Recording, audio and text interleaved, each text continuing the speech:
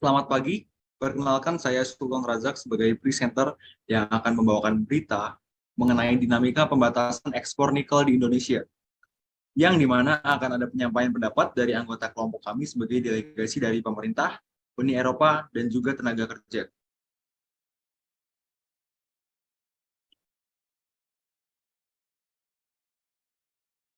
Berikut ini adalah anggota kelompok kami.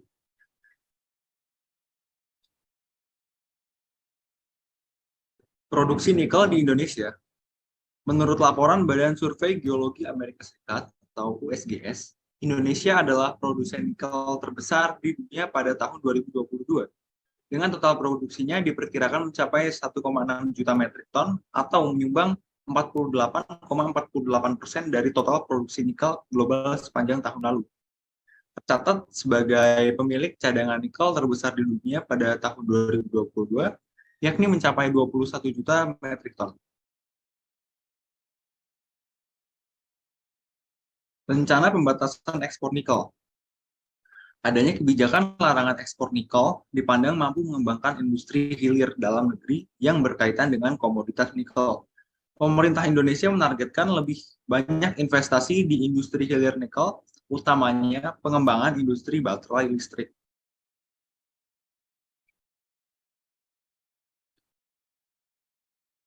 Pasal yang mengatur tentang pelarangan ekspor mineral mentah di Indonesia terdapat pada Undang-Undang Nomor 4 Tahun 2009 tentang pertambangan mineral dan batu bara dalam pasal 102, pasal 103 ayat 1, dan pasal 170. Dan diatur juga dalam Peraturan Pemerintah Nomor 1 Tahun 2014.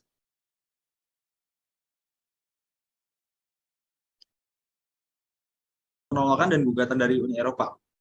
Uni Eropa mengajukan gugatannya di WTO pada November 2019 silam dengan alasan pembatasan ekspor bahan baku Indonesia secara tidak adil telah merugikan industri baja nirkana di benua biru. Setelah adanya gugatan dari Uni Eropa, panel WTO atau World Trade Organization pada bulan November memutuskan mendukung Uni Eropa.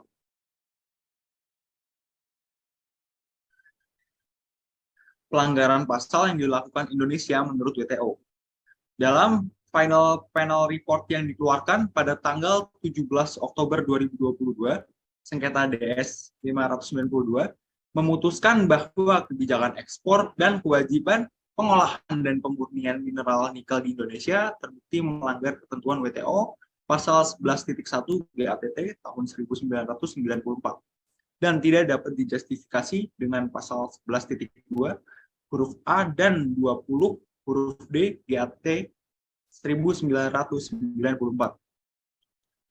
Dalam final panel report tersebut juga berisi panel menolak pembelaan yang diajukan oleh pemerintah Indonesia terkait dengan keterbatasan jumlah cadangan nikel nasional dan untuk melaksanakan good mining practice atau aspek lingkungan sebagai dasar pembelaan.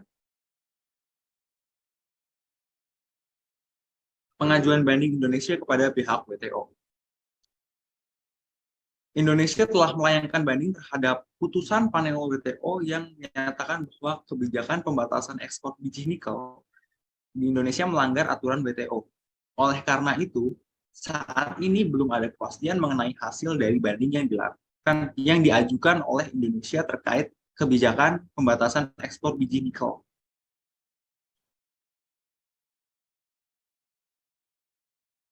Kondisi Indonesia terkini, pembatasan nikel Indonesia saat ini masih berlaku. Menurut kebijakan pembatasan nikel di Indonesia diatur melalui Peraturan Menteri Energi dan Sumber Daya Mineral atau ESDM nomor 11 tahun 2020 tentang peningkatan nilai tambah mineral melalui kegiatan pengolahan dan pemurnian mineral dalam negeri. Pembatasan nikel yang diterapkan di Indonesia meliputi pembatasan ekspor biji nikel mentah dengan kandungan nikel 1,7% atau lebih dan pembebasan pajak ekspor hanya diberikan kepada produsen yang telah membangun fasilitas pemurnian nikel di Indonesia. Relevansinya dengan ekonomi Pancasila terdapat pada sila kedua, yaitu menurut Emil Salim, menurut Mubiarto, dan juga menurut Sumitro Joyo Hadikusumo. Terdapat juga pada sila kelima, menurut Mubiarto adalah keseimbangan yang tegas antara perencanaan di tingkat nasional dan desentralisasi.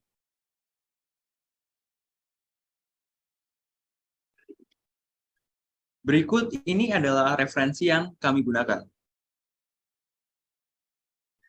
Salah satu alasan yang melandasi pemerintah Indonesia dalam mengambil kebijakan pelarangan ekspor nikel yaitu dipandang mampu mengembangkan industri hilir dalam negeri yang berkaitan dengan komoditas nikel. Pemerintah Indonesia menargetkan lebih banyak investasi di industri hilir nikel, utamanya pengembangan industri baterai listrik. Baik, di sini sudah ada Saudari Haura sebagai salah satu delegasi dari pemerintah Indonesia. Bagaimana menurut Saudari Haura mengenai kasus tersebut? Baik, terima kasih pada Saudara Sultan. Adapun kebijakan pembatasan ekspor dilakukan suatu negara dengan tujuan industri pemula mempunyai skala ekonomi dan kapitalis yang cukup kuat, yang bertujuan untuk bersaing di kancah internasional. Adapun dalam konteks ini, sebenarnya sikap Indonesia itu didasarkan pada keinginan negara untuk beralih peran dari eksportir bahan mentah menjadi produsen olahan nikel bernilai ekonomi tinggi. Adapun pemerintah Indonesia menargetkan lebih banyak investasi di industri hilir nikel, utamanya pengembangan industri di baterai listrik. Hal ini sebenarnya merupakan upaya pemerintah dalam menunjang pembangunan nasional yang berkelanjutan guna mewujudkan kesejahteraan dan kemakmuran rakyat secara berkeadilan, sesuai dengan UUD 1945 pasal 33 ayat 3 yang berbunyi bumi, air, dan kekayaan yang terkandung dalamnya dikuasai oleh negara dan dipergunakan sebesar-besarnya bagi kemakmuran rakyat. Tentunya seperti yang sudah dijelaskan sebelumnya oleh Saudara Sultan, bahwa hal ini merupakan bentuk relevan antara ekonomi Pancasila terkait sila kedua menurut Sumitro, bahwa ikhtiar untuk mengurangi dan memberantas kemiskinan dan pengangguran dalam penataan ekonomi masyarakat terkait perluasan lapangan pekerjaan. Adapun pengelolaan SDA ini juga diatur pada Undang-Undang Nomor 3 Tahun 2020 tentang perubahan atas Undang-Undang Nomor 4 Tahun 2009 tentang pertambangan mineral dan batu bara, yang intinya kurang lebih membahas mengatur agar tidak ada lagi ekspor bahan tambang mentah. Namun, permasalahannya dalam pengimplementasian undang-undang ini masih memiliki banyak kendala, baik dari dalam negeri maupun dari luar negeri. Dari dalam negeri, contohnya, terkait kesiapan industri pengolahan bahan tambang dari mentah menjadi barang setengah jadi. Kemudian seperti yang kita tahu, bahwa saat ini Indonesia tengah menghadapi gugatan Uni Eropa terkait larangan ekspor biji nikel yang sementara ini dimenangkan oleh WTO itu sendiri. Terima kasih. Baik, terima kasih untuk Saudari Haura atas pendapatnya. Selanjutnya di sini juga sudah ada Saudara Aska sebagai salah satu delegasi dari Uni Eropa. Bagaimana tanggapan Saudara Aska mengenai kasus ini? Ya, baik. Terima kasih pada Saudara Sultan. Mungkin yang dapat saya sampaikan. Jadi berdasarkan data produksi nikel di dunia, bisa dilihat bahwa Indonesia ini merupakan penghasil nikel nomor 1 di dunia. Di samping itu kita tahu bahwa ada permintaan besar, utamanya biji nikel Indonesia dari Uni Eropa. Dan tentu dengan diterapkannya pembatasan ekspor nikel oleh Indonesia, itu akan melukai perusahaan-perusahaan di Uni Eropa. Mengingat Indonesia adalah eksportir utama biji nikel, maka larangan ini membuat harga nikel melambung. Kata sederhananya seperti itu. Dan harganya masih akan bermuara di Indonesia karena Indonesia masih melakukan produksi, dan menurut saya Indonesia melakukannya secara tidak adil. Pekerjaan pada industri baja Eropa tentu terancam. Itulah alasan Uni Eropa ingin melakukan konsultasi dengan Indonesia melalui WTO sendiri. Nah, kemudian tentu langkah ini sama sekali bukan tentang retaliasi, karena mereka Uni Eropa menggunakan aturan penyelesaian umum yang telah disepakati dan diatur dalam WTO. Kemudian tentu Uni Eropa mengharapkan Indonesia mematuhi keputusan panel Organisasi Perdagangan Dunia atau WTO mengenai larangan ekspor biji nikel setelah Indonesia kalah dalam gugatan. Dan tentu juga Uni Eropa pastinya ingin kedua belah pihak tetap membangun hubungan yang saling menguntungkan. Hilirisasi dalam penggunaan komoditas alam dan sumber daya alam di Indonesia juga diharapkan tetap menghormati hukum. Barangkali itu saja yang dapat saya sampaikan. Terima kasih. Baik, terima kasih kepada Saudara Aska atas pendapatnya. Selanjutnya di sini juga sudah ada Saudara Iksan sebagai salah satu delegasi dari pemerintah Indonesia juga. Kepada Saudara Iksan, bagaimana nih tanggapannya untuk kasus ini? Betul ya, apa yang dikatakan oleh saudari Haura bahwa Indonesia itu memiliki sumber daya alam yang cukup melimpah. Indonesia memiliki cadangan nikel yang cukup besar yang memungkinkan negara ini menjadi produsen utama di nikel di dunia. Beberapa orang berpendapat bahwa Indonesia harus meningkatkan ekspor nikel tanpa batasan untuk meningkatkan pemasukan negara. Sementara yang lain mengusulkan agar nikel diproses di dalam negeri untuk meningkatkan nilai tambah dan menciptakan lapangan kerja yang luas. Nah, hilirisasi nikel juga akan meningkatkan nilai tambah Indonesia. Ekspor mineral mentah seringkali kurang menguntungkan bagi negara, karena nilai tambah yang dihasilkan dari ekspor mineral mentah sangat kecil dibandingkan dengan mineral yang telah diolah. Melalui hilirisasi nikel, Indonesia akan meningkatkan nilai tambah dari hasil tambangnya. Proses hilirisasi nikel akan menciptakan lapangan kerja baru, meningkatkan keterampilan pekerja, dan meningkatkan investasi di dalam negeri. Selain itu, hilirisasi juga akan meningkatkan kesejahteraan masyarakat, karena nilai tambah yang dihasilkan akan dapat digunakan untuk membangun infrastruktur dan meningkatkan kesejahteraan sosial. Kemudian terkait pembatasan ekspor nikel, itu merupakan faktor utama pendorong hilirisasi. Jadi, Indonesia telah menerapkan kebijakan pembatasan ekspor sejak 2014. Kebijakan ini bertujuan untuk memperkuat industri pengolahan dalam negeri dan meningkatkan nilai tambah ekonomi.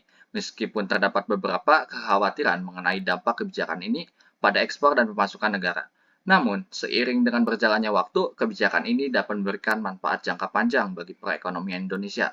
Dalam jangka panjang, pembatasan ekspor nikel akan mendorong hilirisasi, meningkatkan nilai tambah, dan membuka lapangan kerja. Jadi, Indonesia tetap akan melanjutkan program hilirisasi dan pembatasan ekspor nikel, karena program ini sangat menguntungkan Indonesia. Terima kasih.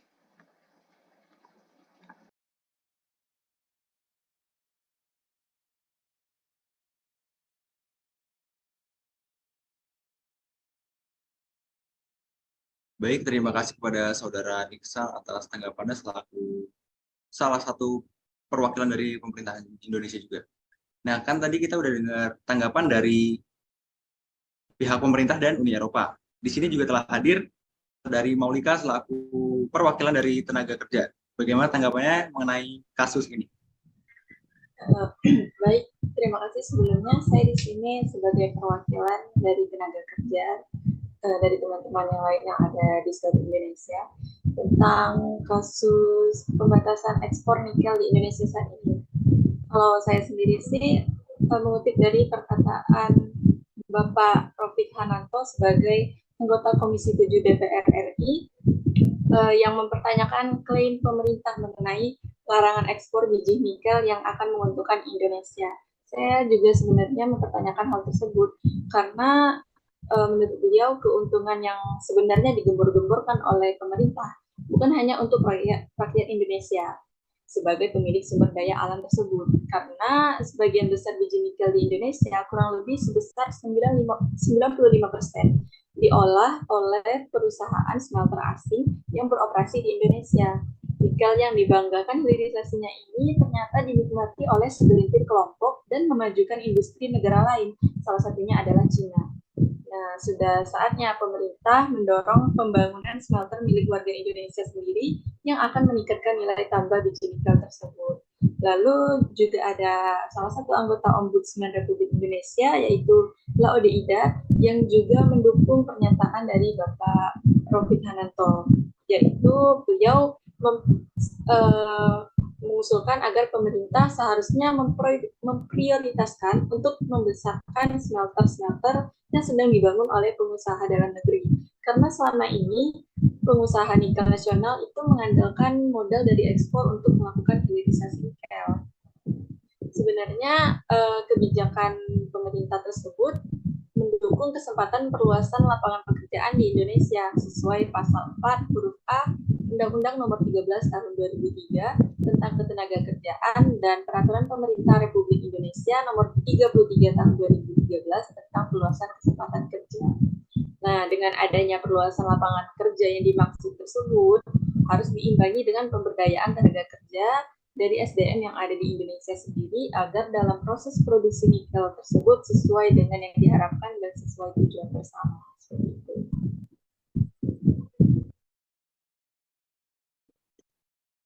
Baik, terima kasih atas tanggapannya kepada Saudari Maulika selaku dari perwakilan tenaga kerja. Dan terima kasih juga kepada saudara-saudara sekalian yang sudah turut berkontribusi dalam menyampaikan pendapat dan tanggapannya. Jadi dapat ditarik kesimpulan bahwa ada permintaan besar untuk biji nikel yang dimiliki Indonesia dari Uni Eropa, dan tentu dengan diterapkannya dengan pembatasan ekspor nikel oleh Indonesia akan mengancam perusahaan-perusahaan di Uni Eropa. Hal tersebut menjadi salah satu alasan mengapa Uni Eropa menggugat Indonesia di WTO. Menurut pemerintah, dengan hilirisasi, komoditas yang diekspor tidak lagi berwujud bahan baku mentah, tetapi sudah menjadi barang setengah jadi. Hilirisasi, nikel akan meningkatkan nilai tambah dalam industri pertambangan. Ekspor mineral mentah seringkali kurang menguntungkan bagi negara. Hal ini karena nilai tambah yang dihasilkan dari ekspor mineral sangat kecil dibanding dengan mineral yang telah diolah. Menurut Rahma, sebagai perwakilan dari tenaga kerja, diharapkan dengan adanya perluasan lapangan kerja yang dimaksud oleh pemerintah harus diimbangi dengan pemberdayaan tenaga kerja dari SDM yang ada di Indonesia, agar dalam proses produksi nikel sesuai dengan yang diharapkan dan sesuai tujuan negara. Tentunya, sebagai masyarakat Indonesia pasti menginginkan hal terbaik bagi bangsa dan negara. Jika kebijakan yang diterapkan oleh pemerintah sesuai dengan kebutuhan dan tujuan negara, maka masyarakat pun akan mendukung keputusan pemerintah tersebut. Sekian dari kelompok kami. Mohon maaf jika ada kesalahan. Selamat pagi.